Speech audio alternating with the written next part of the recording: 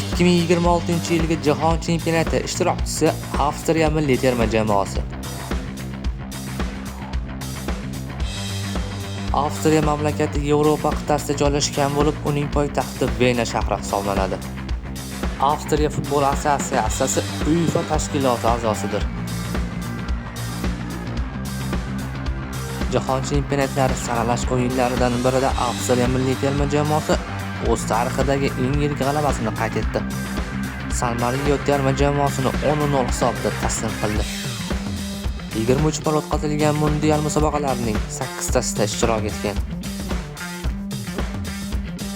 Dastlabki ishtirokini 1934-yilda o'tkazilgan Italiya mundialida boshladi. Eng yaxshi ishtirokchi 1954-yilda o'tkazilgan Jahon chempionatida 3-o'rin.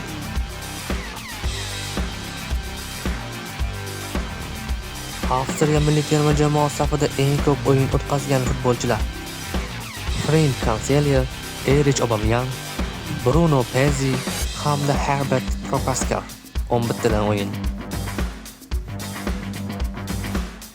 Erich Probst Avstriya milliy terma jamoasi safida mundiallarda eng ko'p gol urgan futbolchi.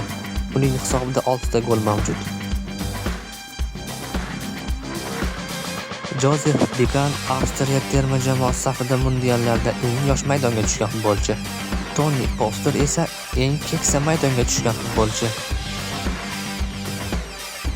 Avstriya milliy terma jamoasi J guruhidan o'rin olib, uning raqiblari Argentina, Jazoir va Iordaniya. Birinchi turni Iordaniyaga qarshi bahs bilan boshlasa, ikkinchi turda amaldagi chempion Argentina bilan bahs olib boradi. Uchinchi turga kelib esa Jazoir bilan bahs olib boradi.